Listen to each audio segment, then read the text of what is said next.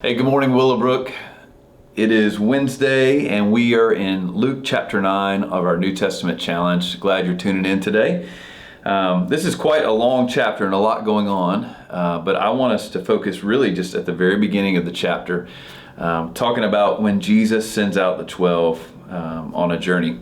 And in verse 3, he says, he told them, "Take nothing for the journey, no staff, no bag, no bread, no money, no extra shirt, whatever house you enter, stay there until you leave that town. If people do not welcome you, leave their town and shake the dust off your feet as a testimony against them." And on this journey, he's actually sending them out. He gave them power and authority to drive out all demons and to cure diseases. He's basically sending them out to do ministry, to do his work. And I can imagine just what the disciples thought in this moment where he says, basically, take nothing. Trust me, I'm going to provide for every one of your needs. I thought about this in my own life. Back in 2005, my wife and I got married, and shortly after that, I'd known for a while that I was called to ministry, and shortly after that, was just working day jobs, normal jobs, quote unquote day jobs, and but knowing that God was calling me into full-time ministry and was having trouble taking that step of faith. And in 2007, I finally, she and I committed to that. And so I finally left my day job, left the steady paycheck behind, and decided it was time to fully commit to what God had called me to. And so we did just that. We actually went on the road full time doing ministry, traveling around various parts of the country, leading students, adults, whoever it was in worship, doing what God had called us to do. And I'm going to tell you something.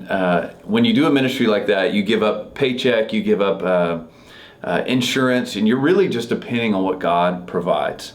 And what's interesting about, it was 2 years of our lives doing that. What's interesting about that time was that I cannot recall a time where we really struggled financially. It wasn't like we were living lavishly or anything like that, but I just remember always God providing for our needs. And so I see that as exactly what Jesus is calling the disciples to do as he sends them out. He's saying, I've got a journey set out for you to do, and trust me, I'm going to provide for all your needs. Well, what's interesting is they come back, and in verse 10, we see they come back and they kind of report to Jesus what happened. And then quickly after that, we see the scene of when Jesus feeds the 5,000. And remember, he has already provided for their needs, but yet in this moment where they see all these people needing food, they have a lack of faith. They say, where's the food going to come from, right? And Jesus, as you know the story well, he has only 5 loaves of bread and 2 fishes. He turns that into all the food they could ever need for all these people with even leftovers.